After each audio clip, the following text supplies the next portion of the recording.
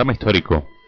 Comenzamos en 1885 hasta 1934 en lo que hemos llamado los años iniciales. Destacamos Le Bon en 1897 sobre el estudio de la conducta de las personas en los grupos y en las multitudes. Tardet en 1890 nos habla sobre la influencia. Triplet en 1897 hace experimentos sobre el rendimiento individual. Ross y McDougall en 1908 hacen manuales sobre psicología social. F.H. Alport en 1924 nos realiza un manual que dominaría toda la época.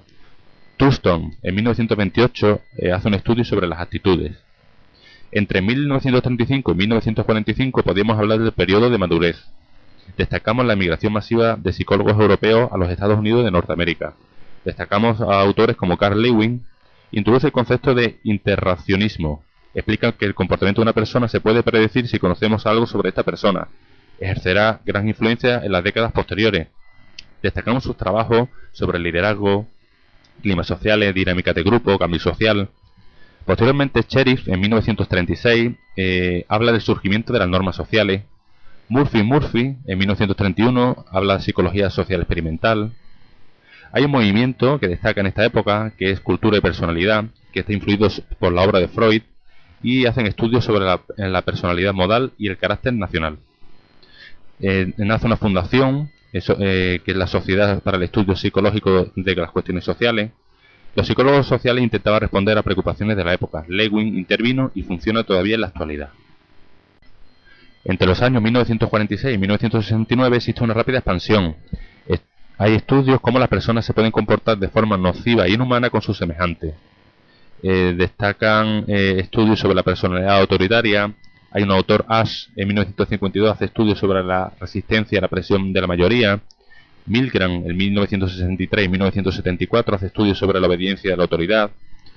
Hopland y colaboradores hacen estudios sobre el cambio de la actitud y los efectos de la comunicación y la propaganda.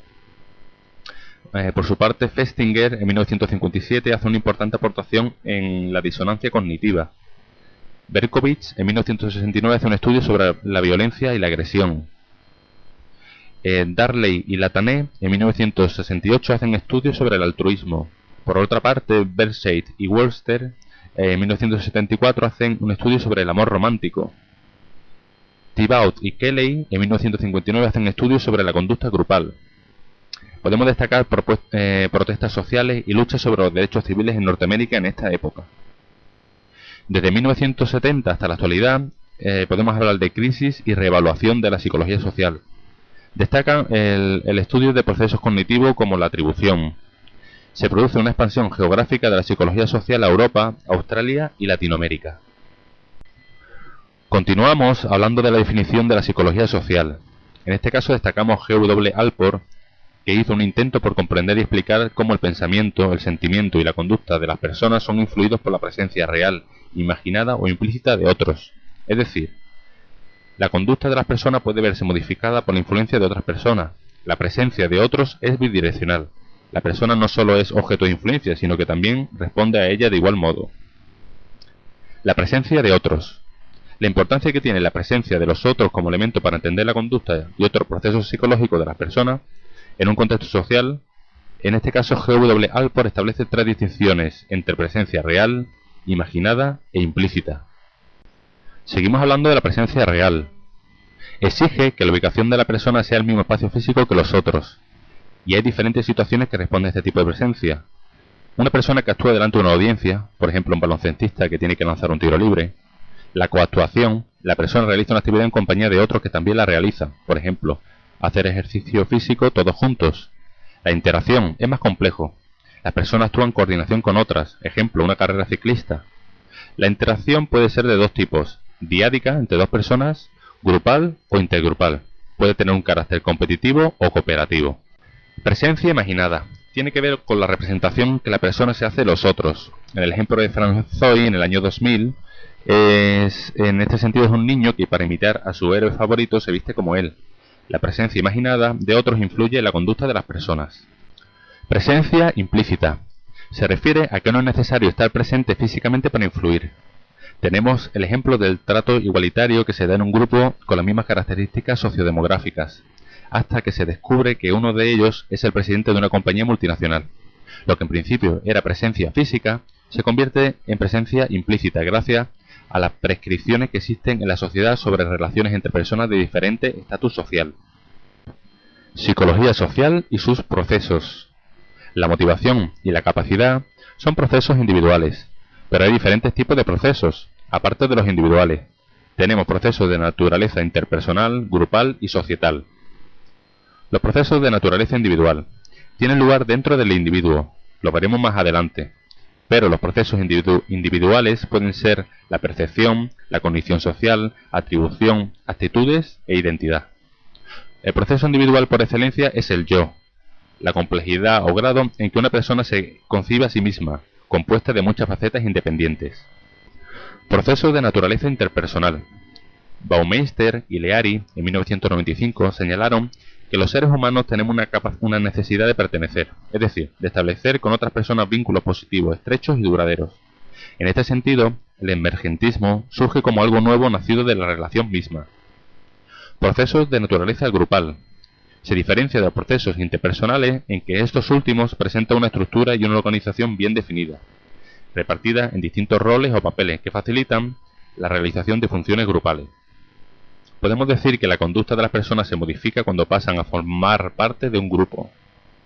Procesos de naturaleza societal. Son las estructuras sociales de estatus y poder. Las instituciones, los rituales, tradiciones y costumbres populares. Estos procesos son los que mayor capacidad tienen de penetrar hasta el fondo de las relaciones entre las personas. Correspondería a lo que hemos llamado presencia implícita de los otros. Combinación de procesos de distinta naturaleza. Los procesos vistos anteriormente se combinan y se entremezclan de muchas formas diferentes. Podemos hablar del efecto de discontinuidad individuo o grupo. Este efecto parte de la observación de que las personas no se comportan de la misma manera cuando forman parte de un grupo que cuando actúan solas. Ejemplo, el dilema del prisionero, cooperar o competir.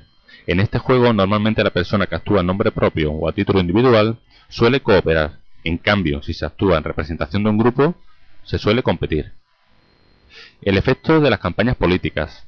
Aquí se estudia cómo la conducta de voto es el producto de múltiples factores, entre ellos la identificación con la figura del candidato, y muestra cómo un candidato en un proceso societal, medios de comunicación, puede desequilibrar la conducta de voto. La investigación en psicología social. Los estudios realizados por psicólogos sociales se pueden conseguir mediante la investigación. El objeto de los estudios en psicología social es en realidad una interacción entre factores psicológicos y el contexto social. El análisis de los procesos es muy complejo y debe tener en cuenta 1. La conducta de las personas. 2. Las personas son seres activos y no solo reactivos. En su conocimiento interviene la realidad objetiva y subjetiva. 3. De la interacción entre personas surgen nuevos fenómenos. 4. Los estímulos sociales influyen en los pensamientos, sentimientos y acciones de las personas. 5. La influencia que ejerce la presencia de otros y sus procesos. 6. Son estos procesos lo que se estudia, y no solo la conducta. Estos procesos no son directamente observables y deben ser inferidos a partir de la conducta. Los métodos más utilizados en la investigación psicosocial. Su elección depende del problema que se quiere estudiar. Tenemos por un lado los experimentos, que son el método que más prestigio tiene entre los psicólogos sociales. Es el único que ofrece la posibilidad de demostrar la existencia de causalidad. El investigador recurre a dos estrategias: manipular una variable y asignar a los participantes aleatoriamente a condiciones distintas. La variable que el investigador manipula se llama variable independiente. El investigador establece sus valores. En cambio, el valor que toman las variables dependientes dependen de los valores de la variable independiente. La asignación aleatoria de los participantes se refiere a que todos los participantes en el experimento tienen las mismas posibilidades. La peculiaridad de la experimentación en psicología social reside en diseñar situaciones que pongan en marcha procesos individuales, interpersonales, grupales o societales que se quieren estudiar. Con respecto a la manipulación de variables, los autores Crano y Bauer, en 1973, hacen tres categorías de tratamientos. Tenemos por un lado las manipulaciones sociales, que cuentan con la ayuda de un aliado dentro del grupo llamado cómplice. Por otro lado, las manipulaciones ambientales, en la que se controla algún aspecto de la situación experimental. Por otro lado, las manipulaciones mediante instrucciones son las más usuales. El experimentador da unas instrucciones a los participantes que son distintas para cada grupo. Existen además experimentos de campo. Poseen un mayor realismo mundano porque se hacen en la vida real. Y otra posibilidad son los cuasi-experimentos. En esta modalidad, el investigador no puede asignar aleatoriamente a los participantes. Aparte de los experimentos, los investigadores de psicología social utilizan los métodos correlacionales. Son muy utilizados sobre todo cuando no es posible realizar experimentos. En este método, el experimentador sustituye la manipulación por la observación de cómo se asocian esas variables, es decir, cómo correlacionan. Las correlaciones se expresan matemáticamente en coeficientes de correlación de Pearson. Hay multitud de métodos y técnicas correlacionales: la observación, cuestionarios, las entrevistas. Los más utilizados son los cuestionarios. Una de las ventajas sobre el método experimental es que ofrece la posibilidad de estudiar la conducta en situaciones naturales y analizar factores como el género, el grupo étnico o el estatus social, que no es posible estudiarlo en laboratorio. Pero lo ideal es emplear varios métodos en un mismo estudio, lo que da mucha más fuerza a los resultados. La psicología social como puente y articulación. La psicología social es definida como algunos autores como una disciplina puente, ya que integra conocimientos de distintas ciencias sociales, tales como la psicología misma, la sociología, la economía, la antropología y las ciencias de la comunicación. Las autoras Operario y Fiske, en 1999, señalan que ha sido tradición oponer los procesos individuales a los grupales y societales. Y estas autoras realizan una aportación novedosa al defender que existen dos ejes independientes. El cruce de los ejes da lugar a cuatro situaciones o cuatro casillas. La casilla número 1, principios universales del ser humano, maximización del beneficio individual. Casilla número 2, que corresponde con la psicología, representada por las investigaciones en psicología. Casilla número 3, normalmente estudiada por la sociología y la antropología cultural. Se refiere a la investigación sociológica en un contexto social, donde el contexto social es el centro de la atención. Casilla número 4, la psicología social. Es la que nos ocupa en esta asignatura. Un ejemplo de explicación psicosocial: la relación entre riqueza y bienestar. David G. Myers plantea en alguna de sus obras la relación entre riqueza y bienestar. Podemos decir que las sociedades más ricas son las que presentan un bienestar más elevado, pero solo en parte. Entre la riqueza de un país y el bienestar de sus ciudadanos no hay una correlación elevada. Podemos hablar de como un mínimo de $10.000 de renta per cápita. Como mínimo, a partir de esta renta ya no se genera un incremento paralelo de bienestar. Para explicar estos resultados, el autor nos describe dos principios. Por un lado, la capacidad humana de adaptación y el deseo de comparación. La capacidad humana de adaptación es la tendencia que tenemos los seres humanos a evaluar nuestras experiencias actuales con un nivel neutro definido en las experiencias anteriores. Las personas saborean sus logros cuando estos superan a los que han tenido en el pasado, pero se adaptan rápidamente y pierden valor. Lo que hace poco se consideraba excelente, ahora es bueno sin más, y lo que era bueno pasa a ser neutro. El deseo de comparación no se establece solo entre lo que se consigue en el momento y lo que hemos conseguido en el pasado, sino también lo que consiguen otros miembros similares. Bienestar, riqueza, nivel de adaptación, deseo de comparación social, la complejidad de las relaciones psicosociales. La explicación a la relación entre la riqueza y el bienestar es específicamente psicosocial, y su conexión no es ni directa ni automática, sino que depende de otros procesos, en concreto del nivel de adaptación y del deseo de comparación.